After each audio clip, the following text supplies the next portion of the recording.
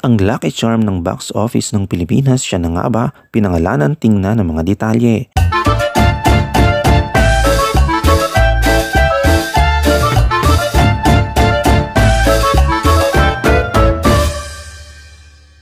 Lucky charm ng box office films. Ngayon ang ito ay tinatawag na ganoon ng mga netizens kay Joros Gamboa matapos nilang mapansing kasama siya sa 3 pinakamataas na kinita na pelikula sa Pilipinas. Kasama niya sa mga ito ang Rewind ng 2023 ni Marian Rivera at Dingdong Dantes, ang Hello Love Goodbye ng 2019 ni Catherine Bernardo at Alden Richards at The House of Us ng 2018 ni Catherine at Daniel Padilla ay tinuturing ngayong top 3 highest grossing Filipino films ng bansa. Sa 3 pelikulang ito, kita ang partisipasyon ni Joros bilang kaibigan ng bida, kaya naman tinawag siyang box office lucky charm. Sa exclusive interview kay Joros sa ABS-CBN noong January 21, ipinahayag niya ang kasiyahan at pasasalamat sa patuloy na pagtanggap ng papuri mula sa kanyang mga taga-suporta.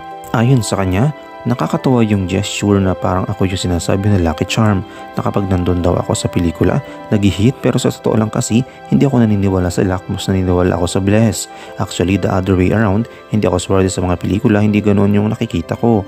Mas nakita ko na mas blessed ako dahil nakasama ako sa magagandang pelikula na natangkilik ng mga tao.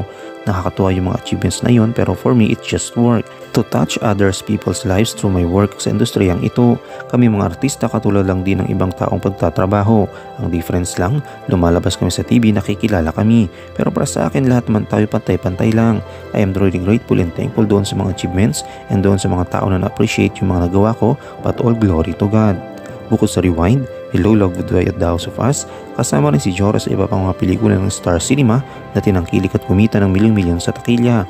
Kabilang dito ang It Takes a Man in a Woman ng 2013 ni Sarah Geronimo at John Lloyd Cruz, Starting Over Again ng 2014 na Piolo Pascual at Tony Gonzaga, Can't Help Falling in Love ng 2017 ng Katniel at My Ex and Wives ng 2017 ni Liza Soberano at Enrique Hill.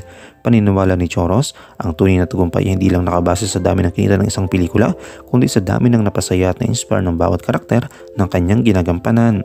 Gayunpaman, sa lahat ng blessings na natanggap daw ni Joros ay pinagpapasalamat niya ito sa Diyos. Anong yung komento kaugnay dito?